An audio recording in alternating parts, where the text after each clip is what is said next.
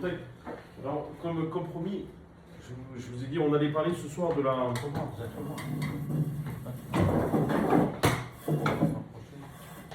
Je m'occupe pas de ça, moi, normalement.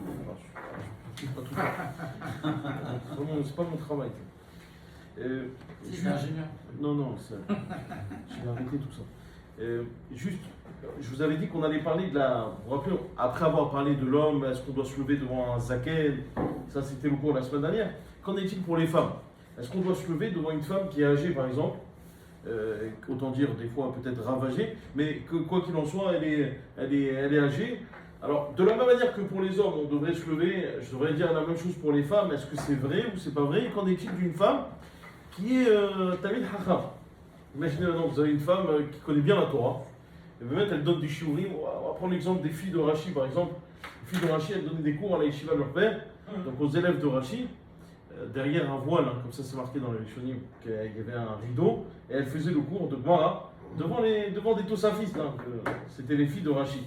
Et elle mettait les tefilines de elle mettait aussi les tefilines. Alors ces filles étaient extrêmement érudites, en Torah évidemment. Alors la question de savoir si je suis face à une femme comme ça, est-ce que je dois me lever? D'accord, je ne parle pas des femmes rabbins d'aujourd'hui à 2 balles, celles qui passent à la télé et tout ça.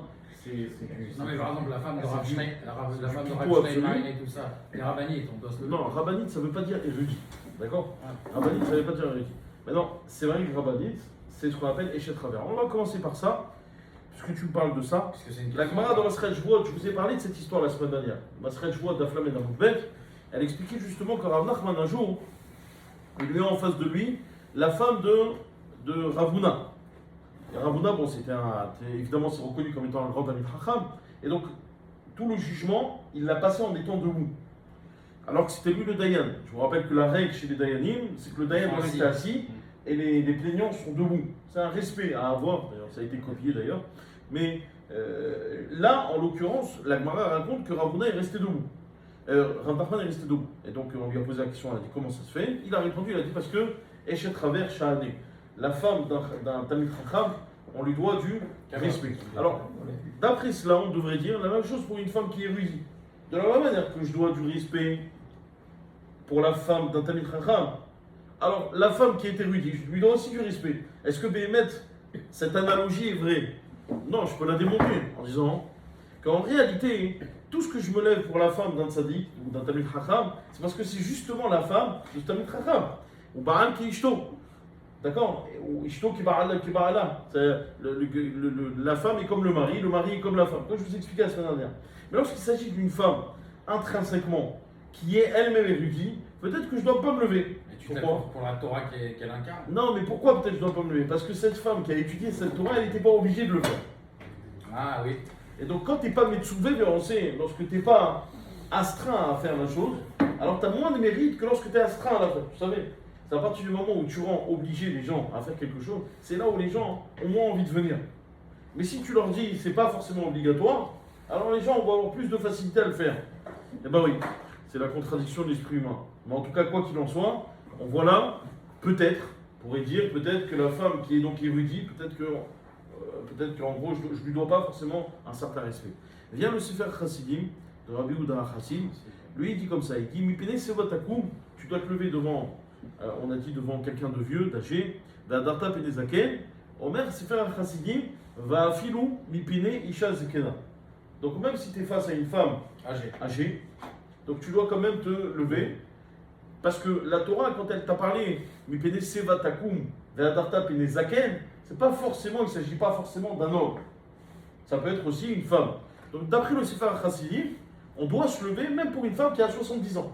Quelle que soit la femme, que la femme soit érudite ou pas, on doit se lever seulement parce que c'est une femme qui est âgée. Donc de la même manière que je me lève pour un homme qui est âgé, je dois me lever aussi pour une femme qui est âgée. On avait dit la semaine dernière à partir de quel âge? On avait dit que c'était l'âge de 70 ans. Et donc là, je vais faire un raisonnement par analogie. Mais il n'y a pas certains qui pensaient 60. Oui, c'était le soir. On a dit que la halakha n'était pas comme le soir. C'était pas là. Ben, d'ailleurs, ça va être remarqué, ben, c'est sûr, ça va être relevé.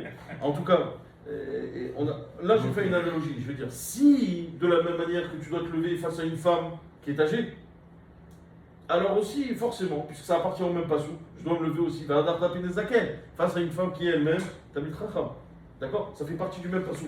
Une péné seva takoum, ve'adarta penezaken. Ça va? Je vous sens très en forme dans le prochain. Ça s'appelle la forme. Non, c'est clair. Ouais. Ça va aller, ça va aller. Bon, prochain. Ça va aller. C'est vrai que quand Shalom n'est pas là, il y a moins de bruit. C'est vrai que c'est plus. Après, je sais pas comment il faut l'interpréter, mais c'est plus détente. Ça, pour l'instant, à ce stade-là, d'après donc, le Sefer Chassidim, on devrait se lever face à une femme qui est âgée ou bien une femme qui est érudite. Maintenant, il faut savoir que le Harizal HaKadosh lui-même, il dit que dans ce passage où il explique le Harizal qu'on n'a pas à se lever devant une femme. On n'a pas à se lever. On doit simplement faire ce qu'on appelle un hidour. Le hidour, c'est ce qu'on a l'habitude de faire en se levant un petit peu, en bougeant un peu le fessier. Là, dans ce cas-là, on accomplit ce qu'on appelle le hidour. Le hidour devant quoi? Devant une zekena. Donc d'après le Harizal HaKadosh, il n'y a pas cette nécessité, mais une fois n'est pas coutume, sur cette halakha, la majorité des poskim ne suivent pas le Harizal et donc pensent qu'il faut se lever devant une femme qui est âgée. Et Maran, il a tranché comme ça? Maran, il ne tranche pas, c'est pas ouvert tout le monde le forage dans Maran.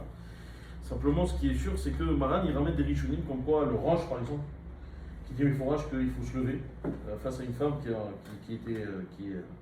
est âgée. Alors, encore une fois, c'est toujours la même halakha. Il faut se lever face à une femme qui est âgée lorsque la femme rentre dans des 2 mètres, d'accord? Dans les Arba Amot. Lorsque la femme n'est pas dans les Arba Amot, tu n'as pas cette obligation de te lever. Ce qu'on a vu la semaine dernière par rapport à un homme, Kol Sheken par rapport à une femme, d'accord? Maintenant, Rabbi Ouda Ayash, je vous avais parlé de ce Rav. Le rivage. Le rivage? Non, Rabbi Ouda Ayash. Ah oui, non, c'est algérien, oui, je vois. C'est algérien. Oui. Il y a quelque chose contre les Algériens? Non. Alors, Rabbi Ouda Ayash, il a écrit un sefer qui s'appelle Bet Yehuda, c'était le Rav d'Alger. C'était un grand Talmid Chacham à l'époque du Rav Akadosh d'ailleurs. Il est parti, il a fait sa Aliyah à Yerushalayim. Et là-bas, il a été reconnu comme étant, on lui a donné des responsabilités, puisque encore une fois, c'était une autorité très importante à l'époque. Et il écrit, lui, il dit, il faut se lever devant une femme qui est âgée. On apprend ça, d'où on l'apprend? Kol Shiken du Goy. À plus forte raison du Goy. C'est-à-dire que si déjà devant un Goy, tu dois te lever lorsque le Goy il est âgé, alors à plus forte raison que tu dois te lever devant une femme qui est âgée, cette femme elle est juive. Ça c'est ce que dit Rabbi Ouda Ayash.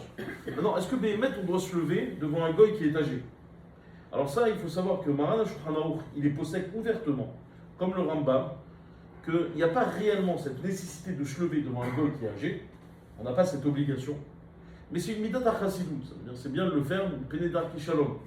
Que si les goyim ils voient qu'on les respecte comme ça, alors ils vont avoir des sentiments un petit peu plus positifs envers nous. Et ça va améliorer nos rapports avec les goyim. Mais Karadine, est-ce qu'on doit se lever devant un goy? Non. Donc il dit Rabbi Arvadia que le Kalvachomer de Rabbi Ouda Ayash, il ne tient pas réellement. Parce que Rabbi Ouda Ayash, il dit si déjà devant un goy tu dois te lever, alors à plus forte raison devant une femme juive qui est âgée, tu dois te lever. Là, en réalité, devant un goy, je ne dois pas me lever, Mikaradine. C'est que le Midat Rassitou. Donc je ne peux pas faire de Kalvachomer. Vous êtes avec moi? Ouais. Très bien. On avance maintenant sur ce que dit Loran. Viens Loran, il dit comme ça. Il dit attention, tout ce qu'on peut dire que tu dois te lever devant un zaken, devant un homme qui est vieux ou une femme qui est vieille, tout ça c'est vrai, on l'a dit la semaine dernière, même si ces personnages sont incultes, c'est-à-dire qu'ils n'ont pas forcément appris la Torah, c'est des ignares, d'accord? Parce qu'on a dit, on est posé dans la Gemara, comme ici Ben Yehuda, on ne fait pas de distinguo à ce que la personne a étudié la Torah lorsqu'elle est âgée. Parce qu'elle a étudié la Torah, elle n'a pas étudié la Torah, mais on doit se lever dans tous les cas. Omer Aran, ça c'est un chidouche important. Tout ce qu'on t'a dit que tu dois te lever, c'est si la personne n'est pas rachat. Mais si la personne elle est rachat, c'est un vrai rachat, il n'y a pas d'obligation de se lever. Donc la même chose pour une femme. Si tu connais une femme qui elle-même c'est une réchaïte, alors même si elle est âgée, tu vois qu'elle est vraiment âgée, elle a du mal à marcher, non, tu n'as pas d'obligation de te lever. Même Midat Chassidut qui veut dire qu'il y a, parce que, mais en tout cas, Machiyé d'après l'Oran, il n'y a pas de mitzvah de se lever face à quelqu'un qui est âgé et qui est en même temps rachat. C'est important, parce que la définition de rachat, il faudrait revenir sur la définition de rachat, ce qu'on appelle réellement le rachat. Ah ouais. Alors ça, c'est une grande définition. Bon, on va dire que pour le faire très simple, je dirais que le rachat, la définition du rachat, c'est celui qu'on appelle dans la halakha Moumar et Achès. C'est que lorsqu'il transgresse pour énerver à Kadosh Baruch. Moi, je me rappelle très bien, j'avais un prof en seconde, c'était un Tunisien, un prof d'histoire, un juif tunisien. Je ne donnerai pas son nom, parce que je ne sais pas s'il va regarder les vidéos, je pense pas. sais même pas s'il est vivant, Bichlal. Et je me rappelle un jour, il avait sorti un malabar. J'étais en classe de seconde. Et j'allais lever la main, je lui ai dit, monsieur, Mechila, mais le malabar, c'est pas caché. Alors il avait pris le malabar, il l'avait mis dans la bouche, il avait dit, c'est pas caché, alors vive l'enfer. Ça, hein, c'est Moumar de Achaïs. Vous voyez? C'est quelqu'un qui fait ça juste pour énerver. Lorsque tu fais ça pour énerver, ça s'appelle rachat. Le bonhomme, il est rachat. C'est la vraie définition du rachat. Lorsque le bonhomme, il est tenté par la chose et qu'il cède à sa tentation, alors là, on ne peut pas lui en vouloir, entre guillemets. On ne va pas l'appeler rachat. Il a simplement cédé à sa tentation. Mais sinon, s'il le fait juste pour énerver, là, on peut appeler ça un rachat. C'est pas caché. Alors, vive l'enfer. La position du Harizal, elle est très problématique. Parce que si le Harizal, il part du principe qu'on soulève son postérieur devant une femme âgée, et nous, on le fait souvent devant des rabbinim. Qu'est-ce que font les gens? Souvent, ils soulèvent leur postérieur devant des rabbinim. Ça veut dire qu'on assimile le rave selon le Harizal. Non, on a dit la semaine dernière, c'est dommage, tu étais là pourtant. On a dit la semaine dernière que ça, lever sur le postérieur pour les raves, ça marche pas. Non, d'accord. Je levais complètement. La différence, c'est quoi? Pourquoi les gens, juste j'explique parce que c'est important, pourquoi les gens se suffisent de lever leur postérieur? D'accord? Parce que tout simplement, le rave en question, il n'est pas dans les Arbahamot. Est-ce que tu comprends la différence? Mais si le rave, il pénètre dans les Arbahamot, tu as l'obligation de te lever. J'ai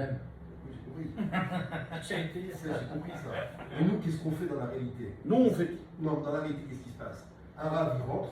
Le type, il est à 10 amot, 15 amot, 20 amot. On l'a il se lève au postérieur. C'est très bien, mais ça, on n'a pas. Ça s'appelle pas se lever. On fait ça, c'est un plus. Oui, mais c'est assimilable à une femme, selon le Harizal. Oui. Parce qu'on a dit le Harizal, il dit qu'on se lève au Le postérieur. Harizal, il dira. Pour le rave. Le Harizal, il dira, tu fais ça même si la femme, elle est dans tes Arbahamot. T'as vu la différence?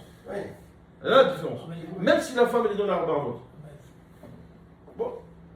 Maintenant, juste pour conclure sur ce sujet, c'est donc une mitzvah de te lever devant une femme âgée. Et donc, la même chose aussi, se lever devant une femme qui est hachama. Et c'est pour ça que le din, c'est le din de la maîtresse d'école. Avec les moras d'école, est-ce qu'un élève peut appeler sa mora par son prénom? Alors, il faut savoir qu'il y a une bara Mefourech qui dit que lorsqu'un homme vous apprend la Torah, vous avez pas le droit, c'est une bara dans la Secret Sanhedrin, Davkouf, je sais que c'est un texte. Lorsqu'un homme vous apprend la Torah, vous n'avez pas le droit de l'appeler par son prénom. La Gemara, elle est très dure, elle est très très dure avec ça. Elle dit que si on l'appelle par son prénom, alors la personne ne va pas vivre longtemps. Bon, la Gemara, elle dit, c'est un peu dur.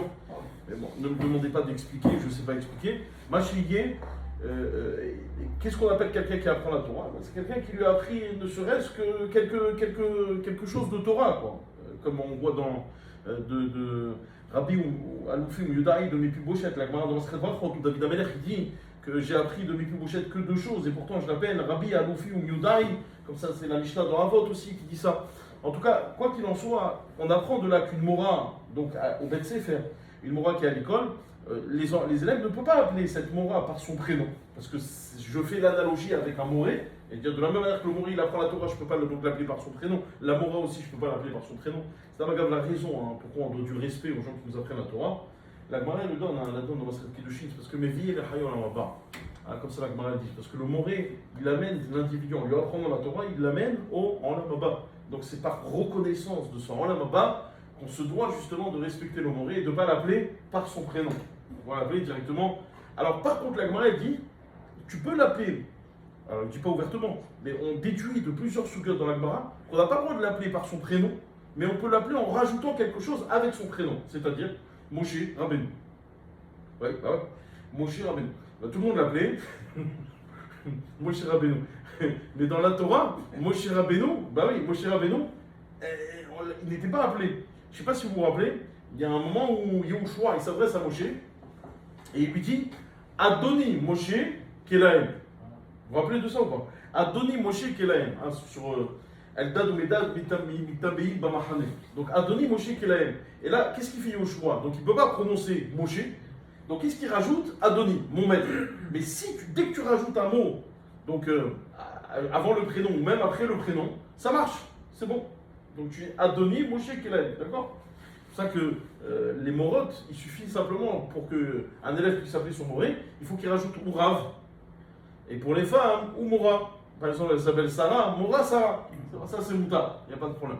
Mais si on part du principe que tu dois respecter donc une femme qui est Chachama ou qui t'apprend la Torah exactement de la même manière que les hommes, alors on devrait dire que c'est exactement ce qu'on a vu la semaine dernière aussi, dans le bus, dans l'autobus, tu dois lui céder ta place, même si elle est loin, tu dois te lever pour lui donner ta place, tout ça. Et bien c'est comme ça qu'il est passé avec Rabbi Ovadia. Donc il dit en gros, dès que tu as une mora à l'école, alors on va résumer très rapidement, une femme qui est âgée plus de 70 ans, je me lève, sauf si c'est Racha. Et ensuite, si... Non, c'est vrai, t'étais pas prêt. Mais c'est ça la vie. La vie, c'est être tout le temps prêt. Mais à part ça, qu'est-ce qu'on a vu? On a vu qu'elle soit âgée, ou bien même une femme qui est Talmid Chacham, qui est Chachama, c'est bon, tu te lèves aussi, tu peux te lever. Et on est posé comme le Sefer Chassidim, mais pas comme le Harizal Akadosh, je peux juste lever, faire un signe distinctif, ça suffit pas. Et la même chose aussi, tous les signes de kavod qu'on doit rendre à tous ces morats, c'est la même chose que ce qu'on devrait faire avec les hommes. Donc il n'y a pas réellement de différence. C'est intéressant. Il n'y a pas réellement de différence. Si on ne connaît pas la personne, C'est-à-dire, c'est pas de ça. on ne connaît pas son âge, c'est ça que vous voulez dire? On suppose son âge, mais on ne connaît pas le. Si elle est rachat. Ouais, si elle est. Ah, non, alors. C'est ça, il faut bénéfice du doute. juger. Toujours, voilà, toujours les kashrut, on a toujours ce qu'on appelle dans la cheskat kashrut. Quelqu'un a toujours une cheskat kashrut. Maintenant, lorsqu'on a un doute sur l'âge, il faut savoir que c'est un safek d'Eoraïta. Donc, comme c'est un safek d'Eoraïta, bah oui, mais Pédas Savata, comme ça, va sous d'Eoraïta. Comme c'est un safek d'Eoraïta, c'est vrai que car pas ça qu'Rabbi Ovadia Yosef, c'est comme ça qu'il est. Exactement. Ouais. Non, non.